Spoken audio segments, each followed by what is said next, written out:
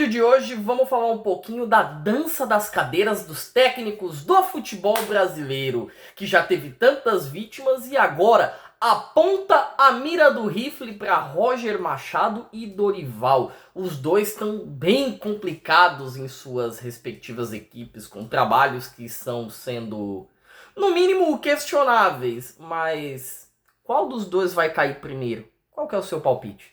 Vamos falar um pouquinho disso, mas depois da vinheta.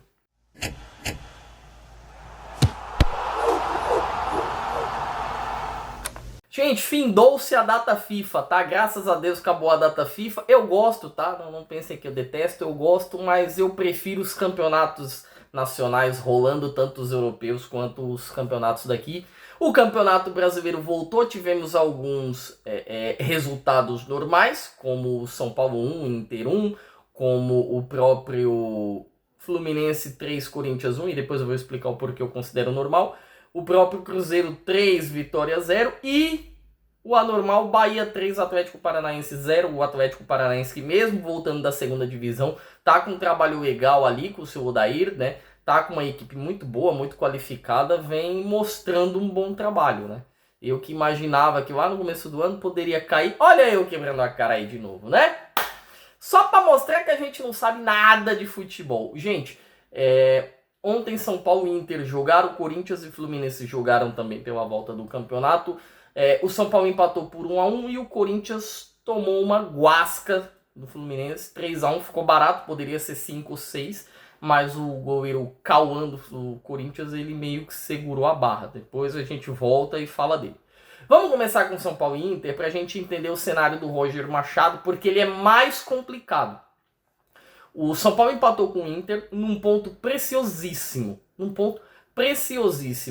Antes de eu fazer o vídeo, antes de ver as análises e fazer as análises do jogo do Corinthians, eu fui tentar pegar uma análise, um ponto de vista de alguns colorados, né, para ver se batia de acordo com o meu ponto de vista. São Paulo ganhou um ponto. São Paulo não perdeu 2, São Paulo ganhou 1. E o ponto de vista dos colorados é: São Paulo fez um bom segundo tempo, se tivesse 5, 10 minutos a mais, nós tomaríamos a virada e perderíamos o jogo. Ótimo, estou trazendo o ponto de vista do rival aqui. Por quê? Porque no meu ponto de vista, o jogo que eu vi demonstra que o Roger está com a contagem para a demissão já iniciada. A corda já tá no pescoço dele, já foi dado nó, já foi alinhado, já foi ajustado. Ele já subiu no banquinho, tá olhando para cima e rezando. É exatamente isso que está acontecendo no São Paulo. O São Paulo, quando o Roger Machado chega, era vice-líder ali junto com o Palmeiras. Ele acabou com o trabalho do Crespo. Ele chega na 4ª rodada, o São Paulo tinha 10 pontos, estava invicto. Ele tem 2 vitórias, 2 derrotas e um empate. Então ele ganha do Red Bull Bragantino, ele ganha da Chape por 2-0, ele perde pro Atlético por 1-0, perde pro Palmeiras por 1-0 e ontem ele empata por 1-1. E assim, a equipe foi bem mal escalada, mas bem mal escalada mesmo. O Marcos Antônio, que era um jogador anárquico, que era um todo campista, né? Que ele jogava como primeiro, como segundo volante, que ele adiantava, virava meia, passava na área, tá travado como ponta esquerda. O Marcos Antônio tá travado como ponta esquerda. O Danielzinho ficou travado a um volante estático. Ele não se mexe mais, ele não tem a liberdade que ele tinha. O São Paulo tinha 3 meio-campistas, Bobadilha, Danielzinho e Marcos Antônio, que estavam sempre trabalhando e mudando o seu posicionamento de acordo com o jogo. Então, tinha jogo que eles seguravam enquanto 1 ou 2 saíam, tinha um jogo que os 3 saíam, os 3 voltavam, se seguravam, e aí era bem aleatório o pensamento do meio-campo do São Paulo. Era bem randômico, você não conseguia imaginar o que poderia vir. O Roger matou isso. O Roger traz de volta o Ferreirinha, o Roger traz de volta o Arthur, né? E alguns outros nomes voltarão com o Roger. Eu falei que o Wendel voltaria à pauta com o Roger, e o Wendel até jogou bem, tá? Ontem contra o Inter. Só que o que eu vejo é um time que tenta fazer uma pressão alta sem ter condição. Ele não tem condição de fazer essa pressão alta. E aí o time acaba sendo punido por um modelo de jogo que é exatamente o oposto do que o time consegue entregar. Alguém aqui imagina o Caleri correndo atrás do meio-campista, o Luciano correndo atrás desses caras, o Lucas, o Marcos Antônio? Não é a característica. Então você vai abrindo mão. Marcos Antônio, Danielzinho, Caleri são os jogadores que mais estão sofrendo com a mudança do esquema. O Caleri eu não vou falar nada porque ele é uma questão fora de contexto. O que ele tá jogando depois de um LCA. O que ele tá jogando é inacreditável. Mas, pra mim, o Roger Machado, ele chega, tudo bem que ele tem a rejeição da torcida, que ele tá há muito tempo parado e que ele pega um trabalho que o técnico anterior já deixou claro que não conseguiria entregar muito mais além disso, porque a equipe não brigava para ser campeã de nada. E mesmo assim, o São Paulo do Crespo era um time que entregava e entregava. Era campeão? Não era. Seria? Não seria. Era candidato? Também não era. Mas era um time que sabia das suas limitações. O São Paulo do Roger é totalmente diferente. Ontem o Inter faz 1-0 no gol do Alejandro, que o Alejandro ganha do Tolói. Ele abre mão do Arboleda, ele trava o sistema do São Paulo. E depois que o Inter faz 1-0, o Inter meio que se acomoda e o São Paulo começa a empurrar o Inter, mas é aquela, é bola na área, é bola na área, é bola na... O São Paulo do Roger está definido e reduzido a bola na área. Não existe uma variação técnica, não existe uma variação tática. O Roger teve 10 dias para treinar na data FIFA. Eu acho que é pedância, petulância, arrogância. Se você tem 40 dias no meio do ano para treinar, você treina a sua formação e o modo como você quer enxergar o jogo nesses 40 dias. Você não vai treinar em 10. Você não treina em 10. E ainda assim, mesmo que você treine em 10, você não vai conseguir. Eu tenho visto que o Lucas Ramon e o Danielzinho, que jogaram muito ano passado, e esse ano estão jogando muito, eles estão ficando com a língua de fora. A questão do condicionamento físico da equipe técnica do Roger está começando a pegar. E o São Paulo fica refém dos cruzamentos à área. Isso contra o Galo. Foram 40 vezes. Contra o Palmeiras, 43 vezes. Contra o Inter, 40 vezes. E no jogo antes do Galo, que foi contra a Chape, se eu não me engano, São Paulo jogou 30 bolas na área. Ou seja, é uma média de quase 40 cruzamentos por jogo, cara. É muita coisa. Não existe tabela, não existe infiltração, não existe uma jogada ensaiada, ninguém chuta uma bola de fora da área. Somente isso. E aí você tem a falta do resultado. Um time que ele modifica tudo. Tudo que existia ele pegou, rasgou, jogou no lixo. E ele não conta com bons trabalhos no seu portfólio. Não é um cara que tem grandes títulos. Ele não conta com ele conta com a rejeição da torcida, né? A torcida já estava chamando o Roger de burro com 3 jogos no comando. 3 jogos ele já era burro. No segundo jogo contra a Chape já tem um início de vaia. Ali no primeiro tempo. Então, ele já não conta com o apoio do torcedor. Ele é um cara que não vem de grandes trabalhos. Ele é um cara que não está conseguindo entregar. E ele tem a sombra de um treinador que tinha o gozo da torcida São Paulina. Quando o Crespo saiu, muita gente foi... Acho que todo mundo foi pego de surpresa. E aí o Roger já chega com isso.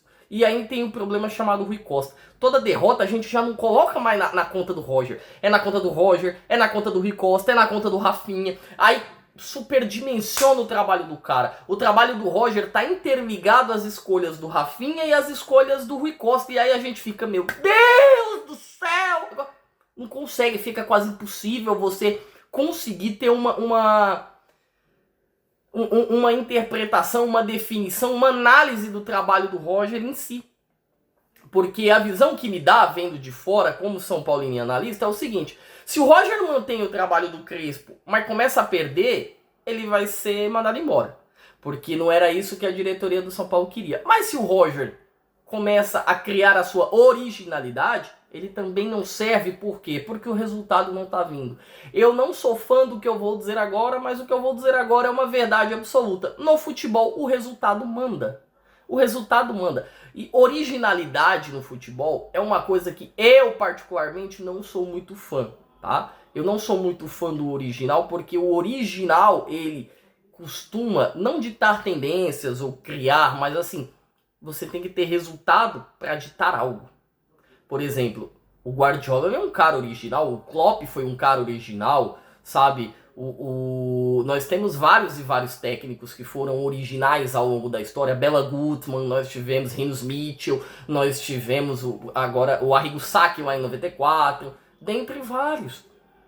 Mas originalidade demanda resultado. Não adianta o Roger chegar, destruir o esquema do Crespo, mudar em menos de um mês de trabalho, porque se ele não trouxer resultado aliado a isso aí, ele vai morrer na praia. Alguns nomes vão voltar, tá, gente? O Wendel vai voltar, a Ferreirinha vai voltar, a Pablo Maia vai voltar, porém, o preço de trazer esses nomes de volta compensa, porque você tá perdendo Caleri, Marcos Antônio, Danielzinho, Lucas Ramon tá riando. Vale a pena pagar esse preço? O Roger enfrenta o Cruzeiro no próximo sábado. O Cruzeiro do Arthur Jorge, que já chegou mostrando como é que vai funcionar a situação nas mãos dele. Se o Roger não se resolver, tchau, rua. Bom, vamos falar de Dorival, porque esse é outro caso também que pra mim é sensacional, cara. O Dorival chegou, ganhou a Copa do Brasil, ganhou a Supercopa, mas não tem cara, esses títulos não tem a cara de serem do Dorival. Eles têm cara de serem do Corinthians, do Depay, do Bidon, do Yuri, da minha mãe, de qualquer um. Mas eu não consigo enxergar como o título do Dorival e acho que tem um certo incômodo. O Dorival tá incomodado com a diretoria do Corinthians já faz um tempinho, desde a época do Paulista. Já falei aqui das decisões do Dorival de ficar poupando o time para as Copas, que as Copas ainda nem haviam começado e o Dorival largando o freio no começo do campeonato para poupar para Paulista. Resultado, 8 jogos sem vitórias. O Dorival empata com a Lusa, depois ganha nos pênaltis, aí acho que empata com o Cruzeiro, depois perde pro Novo Horizontino, depois tem empate com o Santos, perde pro Coxa, empata com a Chape, empata com o Flamengo e perde ontem pro Fluminense. 8 jogos sem vitória. O próximo jogo do Dorival é agora contra o Inter. E a situação é bem complexa do Dorival, porque se a gente pegar nos últimos anos, tá, e vamos colocar de 2015 para cá, o técnico que mais ficou tempo sem ganhar, que chegou a 8 jogos seguidos sem vitória e foi mantido no cargo, se chamava Fábio Carille. Fábio Carille. E ainda assim, depois de ter ganho tudo que ganhou, o Carille foi mantido. O Dorival, ele não tem ainda o tamanho do Carille no Corinthians. Ele não tem. Você pode questionar o trabalho, o Corinthians tem um bom time, melhorou o nível do seu elenco, mas falta muito. Fora algumas ideias sem pé nem cabeça. O Dorival ontem colocou um time para jogar contra o Fluminense com a mesma estrutura tática do que foi contra o Santos. Ele isolou o Yuri lá na frente, aí ele colocou no meio de campo Charles, Bidon, André, Garro e agora o Matheus Pereira. Ficou 5 jogadores ali no meio de campo e eu fiquei embasbacado, que eu falei, o Fluminense não é o Santos. O Fluminense não costuma centralizar jogo. O Fluminense vai lateralizar o jogo e vai abrir o Corinthians a fórceps, com rapidez e com toque rápido. O Fluminense acabou com o Corinthians, acabou. Ontem terminou 3-1 e o placar foi injusto, era papo de 5-6. O goleiro, o quarto goleiro, acho que é Cauê o nome do garoto, que ele entrou no lugar do Felipe Longo, ele foi muito bem. Pra mim, ele garantiu uma vaga, pelo menos, no elenco do Corinthians ali pra ir nos jogos. Talvez como terceiro goleiro, porque ele demonstrou e segurou o Fluminense. Tem defesa no chute do Samuel Xavier, tem uma defesa no chute do John Kennedy, tem outra defesa embaixo no chute, acho que foi do Serna. Ele conseguiu, mesmo tomando 3 gols, ele faz 6 defesas. E aí a situação começa a complicar, por quê? Porque o time do Corinthians, ele já tinha algumas peças faltando ali. O Memphis não estava jogando, o Yuri não está 100% ainda, o Hugo não estava jogando. E aí você vai enfrentar, na minha concepção, o terceiro pior jogo do campeonato. Enfrentar o Fluminense fora só perde para enfrentar o Palmeiras fora e enfrentar o Flamengo fora. Ponto. Só perde para esses dois. Depois vem o Fluminense. Aí o Dorival vai, modifica toda a estrutura de jogo que ele tinha, faz um monte de besteira, e ficamos a Deus dará. E não é que a expulsão do Alan contou para o resultado final do jogo, não. O Corinthians foi amassado no primeiro tempo. O Fluminense esfregou o pinguelo na cara do Corinthians já no primeiro tempo. O 2-0, nossa, mas ficou barato. O Fluminense teve bola na trave, teve boa defesa do menino Cauê, teve totozinho. O Fluminense foi muito superior. Aí vem o segundo tempo, aquele desentendimento do Alan com o Lúcio.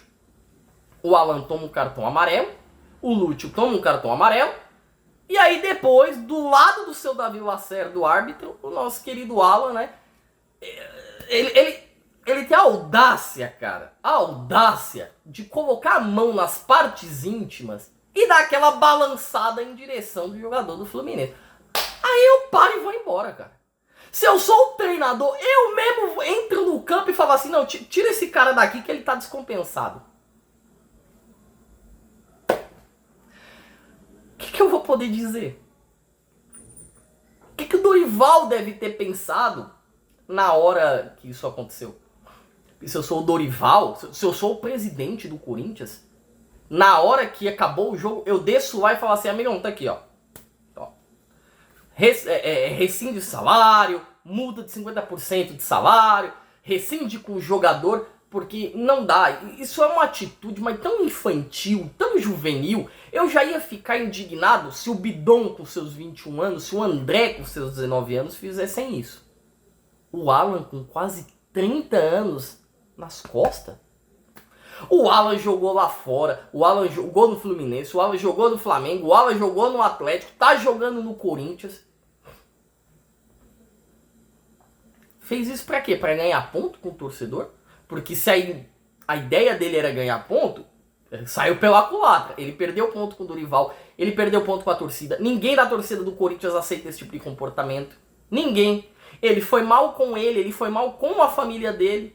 Porque eu te garanto, se a família dele tá assistindo isso aí, não tem ninguém rindo, orgulhoso ou feliz, não. Pelo contrário. Ele foi mal com o Fluminense como instituição, porque ele é base do Fluminense. E já demonstra o nível de agradecimento, de gratidão que ele tem com o time dele. Com o próprio Corinthians e com a torcida do Corinthians. O Corinthians precisando do cara, já tava difícil com 11, aí ele vai expulso. Aí é complicado. O Dorival tem muitas dificuldades ali, mas também é complicado. É complicado. A situação do Dorival, ela pra mim já tá bem nítida. O Dorival, se não ganhar do Inter, dificilmente ele chega no derby. Porque se ele não ganha do Inter, serão 9 jogos sem vitória.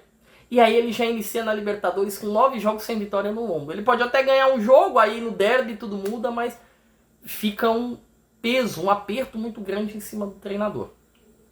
E muito por parte desse peso, desse aperto, estão na culpa das más atuações dos jogadores. Exemplo, o jogo contra o Coritiba, o Corinthians foi muito mal.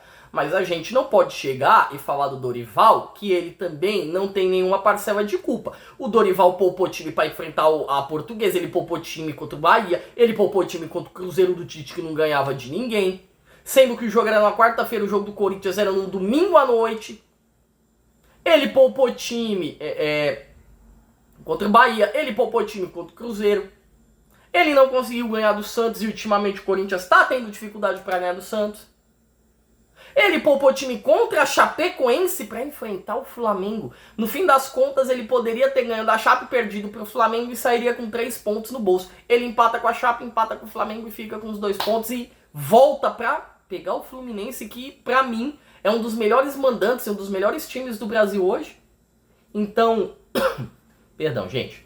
Então, sobra o Inter, assim como vai sobrar o Cruzeiro para o São Paulo. Os dois times jogam em casa e o que eu vejo? Não vejo vitória de nenhum dos dois. Nenhum dos dois. A torcida ainda pode ajudar o Corinthians a ganhar, porque a torcida do Corinthians não costuma abandonar o time nas suas piores fases. O torcedor do São Paulo já chutou o balde.